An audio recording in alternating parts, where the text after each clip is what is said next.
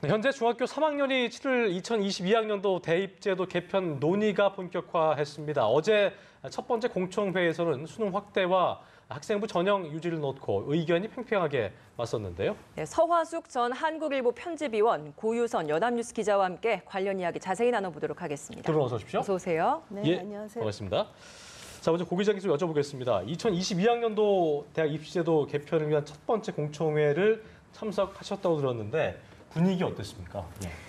네, 일단 어제 공청회가 이제 첫 행사였는데요. 예. 지난해에도 2021학년도 대입 개편에 대한 공청회가 있었는데 지난해와 비교해서 좀 차분한 분위기에서 진행이 됐습니다. 예. 지난해에는 수시 확대를 주장하는 쪽과 정시 확대를 주장하는 쪽에서 이제 좀 설전을 벌이고 행사장 밖에서 고성이 오가기도 했었는데요. 예.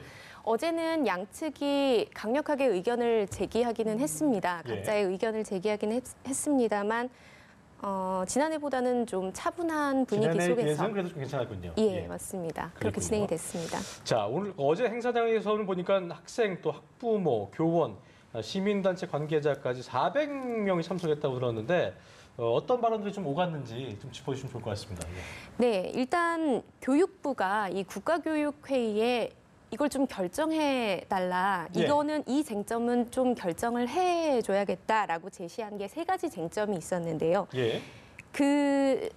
모집 시기, 예. 즉 수시 모집과 정시 모집이 지금 시기가 다른데 예. 이것을 통합을 할 것이냐 말 것이냐. 그리고 두 번째로는 수능이 지금은 대부분의 과목이 상대평가인데 예. 상대평가로 둘 것이냐 아니면 전 과목을 절대평가로 할 것이냐. 그리고 세 번째로는 지금 제일 논란의 중심인데요. 이 학종 전형, 학생부 종합 전형과 수능 전형의 비율이 어느 정도가 적정 비율이냐. 이 3가지 쟁점을 정해야 된다고 이제 교육부가 밝혔습니다. 예. 근데 어제 이제 행사에서는 이 3가지 쟁점 중에서도 특히 수능과 학종 어느 부분을 조금 더 강화를 해야 될 것이냐 혹은 현행 유지를 해야 될 것이냐 어느 정도의 비율이 적정하냐에 대한 이 수시 확대를 주장하는 쪽과 정시 확대를 주장하는 쪽의 의견이 많이 엇갈렸습니다. 비율 싸움이었군요, 어제는요. 그렇군요. 네, 수능 전형 비중 확대 여부가 제일 쟁점이었다라고 짚어주셨는데 일단 그렇습니다. 학부모들은 수능 전형을 확대해야 한다라는 입장이 많았다고 합니다. 오히려 근데 교사들이 학생부 종합 전형 제도가 지금 도입된 지 얼마 되지 않았기 때문에 조금은 더 안착화를 위해서 시간이 더 필요하다라는 주장을 했다고 하는데 예. 교사들의 이런 주장은 어떤 이유 때문인지 좀 궁금합니다. 제 생각에 부모들이 이제 수능 확대를 바라는 것은요, 대부분 오직 공부하는 시험 성적으로만 그게 결정이 나기 때문에 판별을 하기가 쉽잖아요. 그런데 이 학생부나 그밖에 뭐 또 학종이라 그러는 학생부 종합평가 같은 경우는 예. 도대체 기준이 뭔지를 모르기 때문에 부모들은 불신하는 거고 이제 교사들 입장에서는 예. 학생부는 교사들이 작성을 하는 것이기 때문에 적어도 학생들이 수업에 집중한다. 그리고 수능 과목이 없는 과목들이 많잖아요. 그런 과목에 대한 학습과 통제가 전혀 이루어지지 않는데 그 학생부를 중시하게 되면 학교 교육이 그래도 정상화된다. 왜냐하면 그 시간을 무시하지 않기 때문에 이런 예. 생각들이 있는 것 같습니다. 결과적으로 좀 안타까운 얘기입니다만 네. 그 수능을 중시하면은 이제 학생들이 수업에 대한 어떤 태도라든가 네. 뭐 이런 것도 그렇고 결과적으로 좀 그 주체인 어떤 평가 주체인 교사에 대한 학부모들의 어떤 불신 같은 거 이런 것도 좀 이게 표현이 있나 봐요. 글쎄요, 제 생각에는 저도 굉장히 뭐 3명이나 입시를 치렀던 엄마였어요. 예. 교사 자체에 대한 불신보다는 대학에서 이거를 판별하는 그거를 활용하는 방법에 대한 불신이 오히려 더 큰 거 아닐까요? 그러니까 지금 대학마다 입시 기준이 워낙 다양하고 많이 나와 있어가지고요. 도대체 부모들이 무엇으로 대학은 학생을 뽑는 것일까에 대해서 굉장히 의문을 많이 갖고 있어요. 그러니까 어느 정도의 통일성이 있어야 되는데 너무나 학교별로 다르기 때문에 네. 헷갈린다. 네, 그럴 뿐 아니라 지금 이제 교사들도 그 부분은 굉장히 많이 수긍을 하는 점인데요. 예. 학생부 같은 경우도 이제 교과 내용에 대한 기록을 하는 부분이 있고 그밖에 외부 활동과 여러 가지 학급 내외 활동을 기록하는 아까 말씀드린 종합평가가 있잖아요. 학종이라고 그렇죠. 말하는. 예. 근데 이제 교과에 대한 평가 같은 경우는 중시해도 좋고 중시해야 된다는 거죠. 그것도 아마 학부모들은 그 부분에 대해서 반대를 하지는 않을 거예요. 그리고 내신 비중이 크다 그래도 큰 상관은 없다고 생각할 거예요. 그것은 어쨌든 학교에서 똑같은 기준을 가지고 평가하는 것이니까요. 근데 뭐 어떤 외부의 경시대회에 많이 나갔다. 외부에 무슨 활동을 했다. 그리고 뭐 어떤 곳에 가서 자원봉사 활동을 했는데 사실 그 봉사 활동은 부모님의 백으로밖에는 못 갈 수 있는 굉장히 특이하고 아주 희귀한 외국 봉사 활동이다. 그럴 수 있죠. 예. 뭐 아주 고급인 기관, 뭐 그렇죠. 국가 기관 몇 명만 들어갈 수 있는 그 기관에서 봉사 활동을 했다. 이런 것들이 이제 학종에다 쓰이거든요. 근데 그런 것들이 굉장히 과대평가를 받고 있다고요. 비율을 많이 그러면 차지한다 그런 것들이. 그러면 네. 이제 부모들로서는 굉장히 이건 금수저에게 유리한 그럴 것이 수 있죠. 아니냐. 예. 사실 저희가 이제 입시라는 게 뭐겠어요. 부모의 빈부격차와는 아무 상관없이 모든 아이들이 자기의 재능에 따라서 학업 능력이 뛰어난 아이들이 발굴되는 것을 원하는 게 좋은 입시 정책이잖아요. 그렇죠. 예. 근데 이제 그런 방식으로 가면은 그런 부분에서 부모의 정말 재력이 그 학교의 학생의 학력이 되는 그런 점 때문에 아마 부모들이 굉장히 민감하고 반대해요. 예. 어제 그 현장에서의 학부모들의 이야기는 어땠는지 좀 궁금합니다. 뭐 이야기를 좀 보면 일부 기사에서는 학교 복불복이다 내신을 두고 그리고 교사 복불복이다 이런 이야기도 있었다라고 하는데 실제로 어제 좀 어떤 이야기들이 나왔습니까? 네, 그 어제는 아까 말씀하셨다시피 이 교사에 대한 불신 이런 부분에 대해서 이제 학부모들께서 조금 의견을 주셨었는데요. 예. 교사에 대한 이제 개인에 대한 불신이라기보다는 우리 아이가 어떤 선생님을 만나느냐에 따라서 이 아이에 대한 평가가 달라질 수 있다는 겁니다. 그러니까 복불복이라는 것도 이 아이가 하고 싶은, 그러니까 이 아이가 하고 싶은 것 그리고 공부하고 싶은 것 그 부분을 조금 심도 있게 봐주시는 그런 교사분도 분이라면 더 있고, 좋을 수 있는데. 예, 그렇죠. 하지만 그렇지 않은 교사분들도 있을 수 있고 그리고 또 학교에 따라서 어느 지역에 있는지 학교의 규모가 어떻게 되는지 한 반에 아이들이 몇 명인지 이런 부분에 따라서 아이들 학생부에 기록되는 글은 사실 다 달라질 수밖에 없거든요. 그러니까 그런 부분에 있어서 학부모들은 내 아이가 조금 더 좋은 환경에서 여기서 좋은 환경이라 함은 아이 개개인의 소질과 적성 그리고 진로에 조금 더 많은 관심을 쏟아줄 수 있는 선생님한테 평가받기를 원하는데 그렇죠. 사실상 모든 아이들이 그렇게 평가받기가 쉽지 않기 때문에 학부모들이 이제 그런 복불복이라는 얘기를 하게 되는 겁니다. 이런 점에 대해서는 그러겠네요. 교사분들도 어느 정도는 동의를 하시는 상황이고요. 예. 결과적으로 학생들이 열심히 공부에만 매진을 해야 되는데 뭐 그 외에 통제할 수 없는 부분들이 관건이 된다. 그렇죠. 당락을 그러면 가르는 굉장히 이게 억울한 문제가 될 수 있다는 네. 말씀이신 거예요, 그죠? 그리고 사실은 좋은 교사도 이걸 다 관리 못한다는 게 교사들의 솔직한 토로죠. 뭐 학종 같은 경우는 아무리 훌륭한 교사라도 그렇게 많은 학생 인원수를 다 못한다. 5명 정도, 평범한 교사라면 5명 정도를 제대로 관리할 수 있다. 이런 기사도 제가 본 적이 있습니다. 예. 실질적으로 제대로 하려면 예. 뭐 학종을 늘릴 것이냐, 수능 비중을 늘릴 것이냐 이게 가장 중요한 첫 번째 쟁점이었다고 했는데 그럼 좀 정리를 해보겠습니다. 수능 비중을 늘리게 된다라고 한다면 가지고 올 수 있는 장단점이라고 하면 어떤 게 있겠습니까? 일단 지금 올해 말에 치러질 2019학년도 입시에서는 이제 수능 정시 모집 비중이 한 23% 안팎인데 예.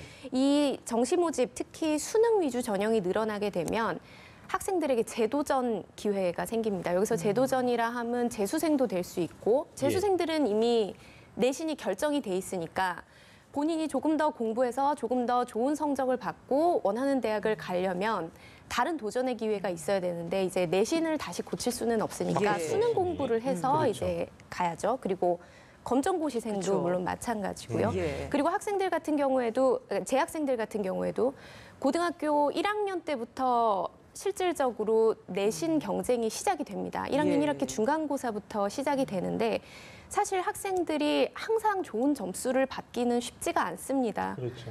뭐 중간고사 때 갑자기 컨디션이 나빴을 수도 그렇죠. 있고 뭐 예. 본인의 뭐 여러 가지 사정에 따라서 공부가 잘 안 될 수도 있고 그러면 중간고사나 기말고사에서 언제 한번 좋지 못한 점수를 받았을 때 학생들이 굉장히 낙담하게 되고 입시 전략을 바꾸게 되는 상황이 생기는데 그럴 때 이제 수능 전형의 문턱이 너무 높아지게 되면 그러니까 수능 전형이 너무 많이 줄어들게 되면 재학생들조차도 이제 제도전의 기회가 줄어든다는 거죠. 그러니까 수능 전형이 늘어나게 되면 제도전의 기회가 늘어나는 거라고 보고 있고 이 정시 확대를 정시 확대를 요구하는 쪽에서는 그리고 뭐 단점이라면 아까 말씀하셨다시피 학교 수업이 수능 문제풀이식으로 변질될 수 있다. 수능에 나오지 않는 과목은 아이들이 열심히 공부하지 않는 그런 상황이 있을 수 있다는 정도입니다. 그러겠네요.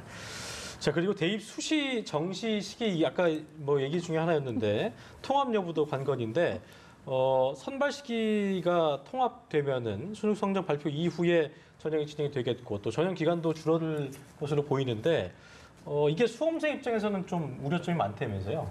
그러니까요.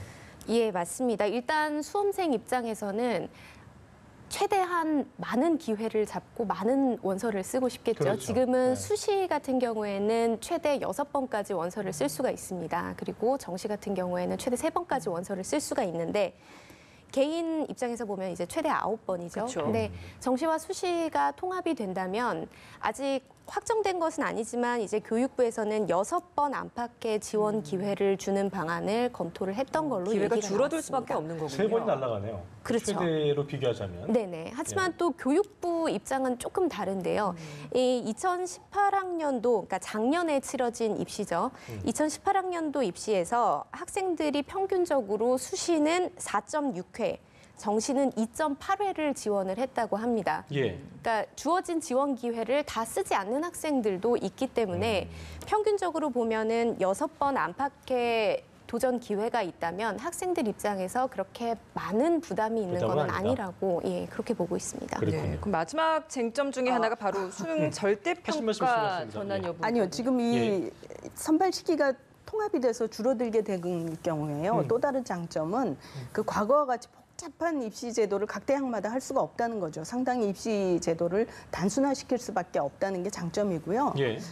고 기자께서도 얘기를 했지만 지금 이제 수시 같은 경우는 6회까지 할 수 있고 정시 같은 경우는 3회만 할 수 있어요. 근데 지금 우리가 말을 약간 혼선하면서 하고 있는데 수능 전형 비중이 확대된다는 것의 장점은 정시의 중요성이 늘어난다는 거하고 사실 같은 용어로 거의 쓰이고 있거든요. 근데 정시가 늘어나든 어쨌든 둘 사이에 불균형은 없어야 되거든요. 예. 왜냐하면 각 대학마다 지금 전형료들이 몇만 원씩 합니다. 근데 수시 시험 같은 경우 6회를 다 쓰지 아까 분명히 못한다고 얘기를 했는데 그건 돈이 많을수록 많이 쓸 수 있는 겁니다. 그죠? 그런데 수시는 수능 성적 비율도 적고 임의적으로 처리할 수 있는 학종 비율도 높고 그러면서 여러 차례 기회를 주고 이런 점에서 전반적으로 이제 우리가 속칭 말하는 금수저에게 유리한 입시 제도가 됐고요. 이게 수능을 중시하는 정시는 이제 학교 공부에 교사들은 다른 교과 과목 교사들은 반대하고 있습니다만 어쨌든 학업에 열중한 학생들에게 유리하기 때문에 수시와 정시를 통합해서 총 횟수를 6회로 제한한다면 그것은 그런 점에서도 굉장히 균형을 좋은 잡아가는 면이다. 방식이 될 수 있죠. 알겠습니다. 수능 전형 비중을 늘리는 게 정시 모집을 통한 기회를 더 준다라는 부분에선 장점이 있을 수 있습니다만 지금 또 다른 쟁점 중에 하나가 수능 절대평가 부분이잖아요. 그렇게 된다면 만약에 수능 비중이 늘어난다고 하더라도 자연스럽게 이게 절대평가가 된다라고 하면 변별력이 떨어지게 될 것이고 그렇죠. 그럼 자연히 학종으로 또 점수가 또 내신이 또 중요한 판단 기준이 되지 않을까라는 그러니까 학종과 비판적 내신은 시각도 있습니다. 별개입니다.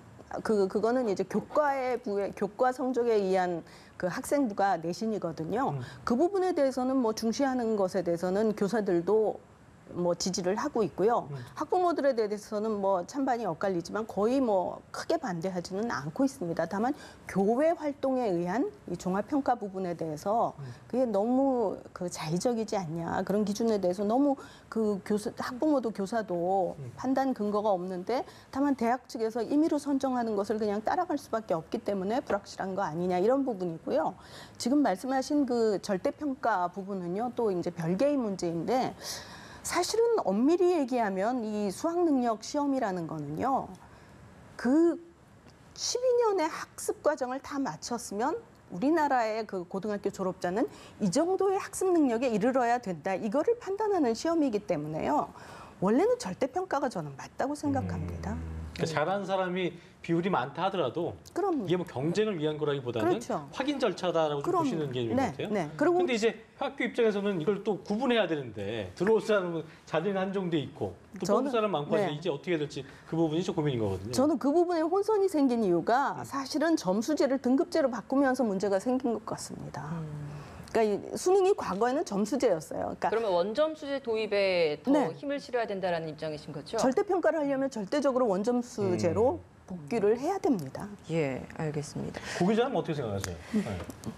근데 이 원점수 절대평가제도 예. 이미 교육계에서 많이 얘기가 나왔습니다. 예. 예전에 이제 2000년대 초중반까지 저희 흔히 얘기하는 총점제라고 해서 400점 뭐 만점으로 이렇게 해서 학생들을 원점수대로 그렇죠. 절대평가를 하는 방식이었는데 근데 이게 결국은 학생들의 경쟁을 더 심화시켜서 1점을 더 받기 위해서 학생들은 문제를 더 풀어야 하기 때문에 결국은 맞습니다. 절대평가의 취지를 살리지 못하는 것이 아니냐 이런 우려도 많이 나왔습니다. 그래서 예. 실제로 이번에 교육부가 국가교육회의에 넘긴 지금까지의 쟁점들을 정리한 부분에는 이 원점수 절대평가제도 하나의 예시로 들어가 있기는 합니다. 그렇죠. 그렇군요. 네. 저는 줄을 세운다면 한 줄을 세워야지 여러 줄을 세우면 그건 아니라고 생각합니다. 은행에 이 번호 뽑기제가 생긴 다음에 얼마나 좋아졌습니까? 옛날엔 은행 창구마다 줄을 여러 줄을 섰잖아요. 근데 그렇죠. 이 수능 점수제는 되려 옛날에 한 줄을 세우던 것을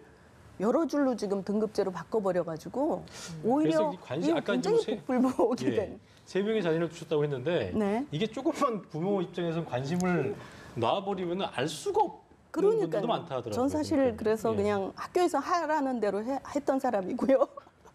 그러시군요. 네. 알겠습니다. 현재 중학교 3학년 그 학생의 부모님들이 아마도 가장 그 예민하신 상태가 아닐까 생각이 드는데요. 어쨌든 그때 그 학생들이 치를 대입의 세트를 만들기 위한 첫 번째 공론화 절차가 진행이 되고 있는 건데 고 기자께서 앞으로 일정은 어떻게 되는지 좀 짚어주시면 좋을 것 같습니다. 예. 네, 지금 대입제도 개편을 논의하는 국가교육회의 안에는 이제 2개의 기구가 마련이 돼 있습니다. 대입제도 개편을 위해서요. 하나는 대입개편 특별위원회, 저희 흔히 특위라고 부르는 예. 기구고, 그리고 공론화위원회가 사실 따로 있습니다. 예. 어제 간담회를 했던 것은 이제 대입개편 특위가 만든 행사였는데요. 사실 논의의 범위, 어디까지 손을 대야 될 것이냐. 예를 들면 아까 밝혔던 3가지 쟁점 외에 지금은 수능과 EBS 강의가 연계가 돼 있는데 이 EBS 강의 연계율도 논의를 할 것이냐 혹은 다른 것까지 논의를 할 것이냐 이 논의의 범위와 국민들의 제안을 듣는 그런 행사거든요. 그렇군요. 네. 근데 이런 행사가 지금 앞으로 3번이 더 예정이 돼 있습니다. 지금 10일에는 광주에서, 14일에는 부산에서, 그리고 17일에는 서울에서 같은 행사가 예정이 돼 예. 있고 대학 입시에 관련이 있는 분 혹은 관심이 있는 분이라면 누구나 참석을 하실 수 있고요. 그리고 그것과 별개로 여기서 논의된 결과를 바탕으로 그러면 어떤 시나리오로 대학 입시 제도를 개편할 것인가 조금 더 구체적인 시나리오를 갖고서는 이제 공론화위원회가 공론화 절차를 따로 진행을 하게 됩니다. 예. 이제 TV 토론과 온라인 의견 수렴 등이 예정이 돼 있는데요. 6월 달에 진행이 될 걸로 보입니다. 네. 어쨌든 이게 3번 가지고 될 수 있을지 없을지 모르겠습니다만 어쨌든 국민들의 여론을 많이 청취하는 것이 중요하지 않나 생각하면서 오늘 대담 마무리 짓겠습니다. 지금까지 서화숙 전 한국일보 편집위원 그리고 고유선 연합뉴스 기자 2분과 함께했습니다. 오늘 말씀 고맙습니다. 고맙습니다.